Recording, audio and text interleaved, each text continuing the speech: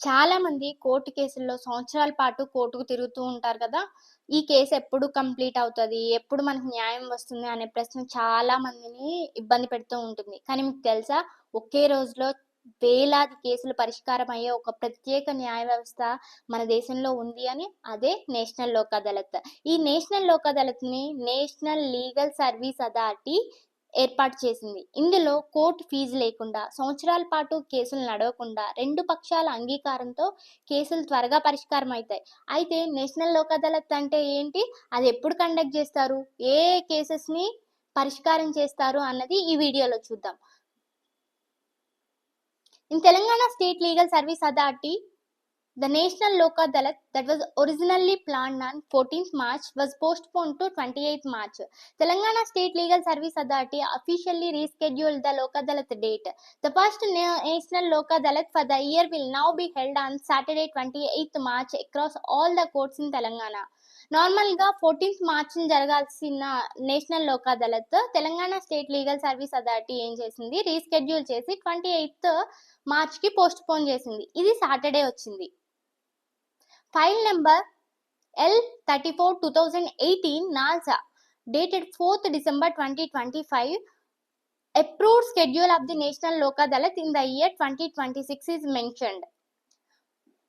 ఈ ఫైల్ నెంబర్లో 2026లో జరగాల్సిన నేషనల్ లోక్ అదాలత్ స్కెడ్యూల్ను మెన్షన్ చేశారు. First national Lok Adalat 14th March జరగాలి. కాకపోతే మనకి తెలంగాణలో 28th మార్చ్ 2026 జరుగుతుంది. అది Saturday. Second national Lok Adalat 9th మే 2026 జరుగుతుంది. Third national Lok Adalat 12th September 2026. Fourth national Lok Adalat 12th December 2026 జరుగుతుంది.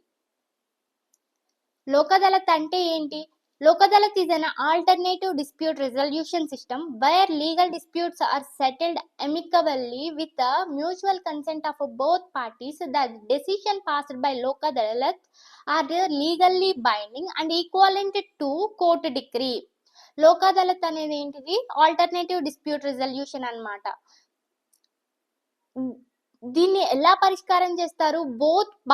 బోత్ పార్టీస్ అంటే కేసు వేసిన వాళ్ళు ఎవరి మీద అయితే కేసు వేశారో ఆ బోత్ పార్టీస్ వచ్చి మ్యూచువల్ కన్సెంట్తో, 2 పార్టీస్ మ్యూచువల్ కన్సెంట్తో స్నేహపూర్వకంగా వాళ్ళ ప్రాబ్లమ్ని solve చేసుకుంటారనమాట.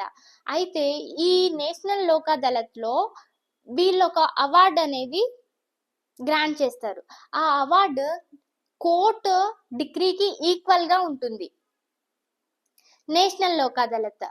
The National Lok Adalat across the country are organized as per the provisions of the Legal Service Authority 1987 Act read with National Legal Service Authority Lok Adalat Regulation 2009 in the courts and tribunals. ఈ provisions legal service authority 1987 provisions అలానే national legal service authority Lok Adalat regulation 2009 ప్రకారంగా ఈ Lok అదాలత్ని conduct చేయడం జరుగుతుంది courts and ట్రిబ్యునల్స్లో. ఈ national Lok Adalat సంవత్సరానికి ఎన్నిసార్లు conduct చేస్తారు అంటే 4 times కండక్ట్ చేస్తారు. It has been practice to conduct 4 national Lok Adalat in the year. ఇప్పటి వరకు జరిగిన నేషనల్ లోక్ అదాలత్ అన్ని ఇయర్కి 4 సార్లు జరిగాయి.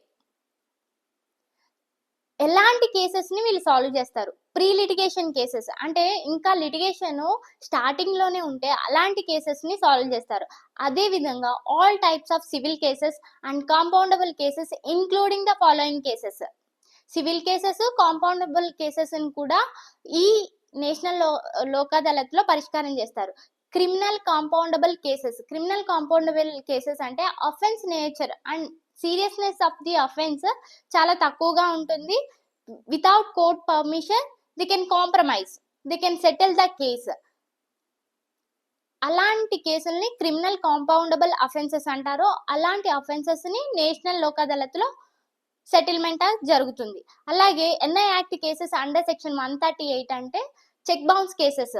మనకి చెక్ ఇస్తారు, ఆ చెక్ తీసుకొని మనం బ్యాంక్ వెళ్తే ఆ అకౌంట్లో అమౌంట్ ఉండదు, అప్పుడు చెక్ బౌన్స్ అవుతుంది కదా, ఇన్సఫిషియంట్ ఆఫ్ ఫండ్స్ అని చెప్పేసి అలాంటి కేసెస్ కూడా ఈ నేషనల్ లోక్ అదాలత్లో సెటిల్మెంట్ జరుగుతుంది. బ్యాంక్ రికవరీ కేసెస్, లోన్స్ తీసుకుంటారు, రీపేమెంట్ అవ్వకపోతే మళ్ళీ కేసెస్ ఫైల్ అవుతాయి కదా, అలాంటి కేసెస్ని కూడా మేము ఇంత అమౌంట్ ఇవ్వగలము, మా పరిస్థితి బాగాలేదు అని చెప్పేసి ఉంటే ఆ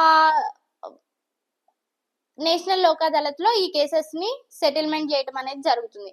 motor accident claims, insurance claim చేసుకోవడానికి ఈ ఇష్యూస్ ఏమైనా రైజ్ అయితే అలా కేసెస్ ఫైల్ చేస్తారు కదా, అలాంటి కేసెస్ని కూడా ఇన్సూరెన్స్ రాకపోతే, ఇన్సూరెన్స్లో హాఫ్ ఆఫ్ ద అమౌంట్ వస్తే వాటి కోసం ఫైల్ చేస్తారు కదా, అలాంటి కేసెస్ కూడా సెటిల్మెంట్ జరుగుతుంది. కాంపౌండబుల్ ట్రాఫిక్ చలానస్ అంటే ట్రాఫిక్ రూల్స్ ఫాలో అవ్వకుండా ఉన్నప్పుడు చలానస్ వేస్తారు కదా ట్రాఫిక్ అథారిటీ, అలాంటి కేసెస్ని కూడా మనం నేషనల్ లోక్ అదాలత్లో సెటిల్ చేసుకోవచ్చు. Labour dispute, labour related cases, dispute related to public utility service. ఇక్కడ యూటిలిటీ సర్వీస్ అంటే ఎలక్ట్రిసిటీ బిల్స్ రిలేటెడ్ కానీ, వాటర్ బిల్స్ కానీ, టెలిఫోన్ బిల్స్ రిలేటెడ్ కేసెస్, అవి నాన్ కాంపౌండబుల్ అఫెన్సెస్ అయితే జరగదు సెటిల్మెంట్, కాంపౌండబుల్ అఫెన్సెస్ అయితే జరుగుతాయి.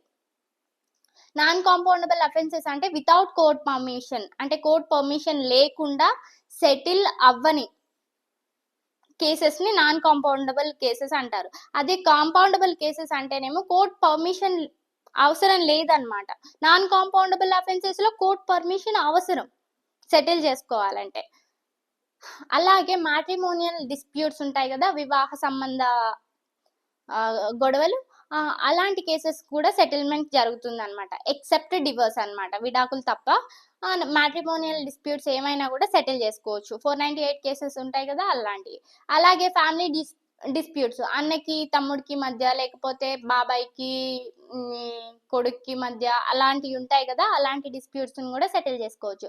Land acquisition cases, service matters including pension cases, pension government employees ఉంటారు కదా, వాళ్ళకి పెన్షన్లో డిడక్షన్స్ ఉన్నా, లేకపోతే సర్వీస్ బేస్ మీద వాళ్ళకి పెన్షన్ రాకపోయినా వాళ్ళు కేసెస్ ఫైల్ చేసుకుంటారు. అలాంటి కేసెస్ కూడా ఈ నేషనల్ లోక్ అదాలత్లో సెటిల్మెంట్ జరుగుతుంది.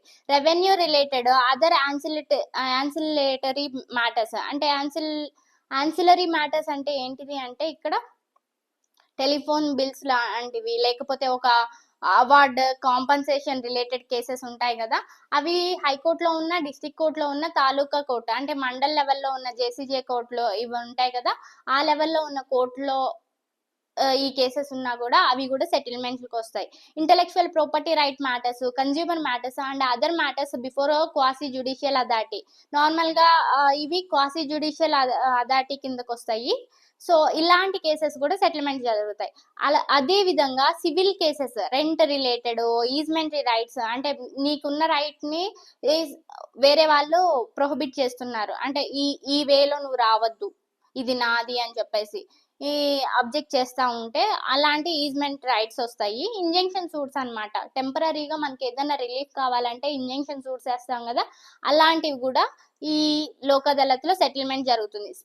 స్పెసిఫిక్ పర్ఫార్మెన్స్ సూట్స్ అంటే స్పెసిఫిక్గా ఒక రిలీఫ్ మనకి కావాలి అని అంటే మనం స్పెసిఫిక్ పర్ఫార్మెన్స్ సూట్స్ ఫైల్ చేస్తాము. అలాంటి కేసెస్లో కూడా మనకి నేషనల్ లోక్ అదాలత్లో పరిష్కారం దొరుకుతుంది.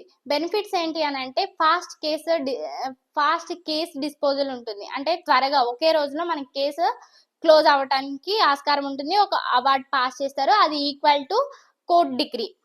కోర్ట్ ఫీ ఉండదు, సింపుల్ ప్రొసీజర్ ఉంటుంది. మీరు కోర్టుకు లీగల్ సర్వీస్ అథారిటీ దగ్గరికి వెళ్ళి ఒక అప్లికేషన్, అంటే మీకు దగ్గరలో ఉన్న డిస్టిక్ కోర్టులో లీగల్ సర్వీస్ అథారిటీ ఉంటుంది, అక్కడికి వెళ్ళి మీరు ఒక అప్లికేషన్ పెట్టుకొని బోత్ పార్టీస్ ఉండాలి, కానీ దాని మీ కేసు రిలేటెడ్ డాక్యుమెంట్స్ సబ్మిట్ చేసి ఎప్పుడైతే నేషనల్ లోక్ అదాలత్ కండక్ట్ చేస్తున్నారో ఆ రోజు మీరు కోర్టుకు వెళ్ళినట్టయితే ఆ రోజు మీ కేసు క్లోజ్ అయిపోతుంది. మ్యూచువల్ సెటిల్మెంట్ అంటే బోత్ పార్టీస్ నుంచి కేసు ఎవరు అయితే వేసారో, ఎవరి మీద అయితే వేసారో ఆ 2 పార్టీస్ వాళ్ళు సెటిల్ చేసుకోవాలి అనే ఇంటెన్షన్తో ఉన్నట్లయితే వాళ్ళిద్దరూ వెళ్ళి ఈ నేషనల్ లోక్ అదాలత్లో పార్టిసిపేట్ చేసి వాళ్ళ కేసు అనేది క్లోజ్ చేసుకోవచ్చు. టైం సేవ్ అవుతుంది, మనీ సేవ్ అవుతుంది, మెంటల్ టార్చర్ ఉండదు. ఇంకా ఫైనల్ అండ్ బైండింగ్ డెసిషన్, ఒక్కసారి నేషనల్ లోక్ అదాలత్లో అవార్డ్ పాస్ అయితే దానికి మీరు ఛాలెంజ్ చేసుకోవడానికి ఉండదు అనమాట, ఎందుకంటే mutual consent both parties agree అవుతున్నారు కాబట్టి దీన్ని ఛాలెంజ్ చేయడానికి ఉండదు. Thank you.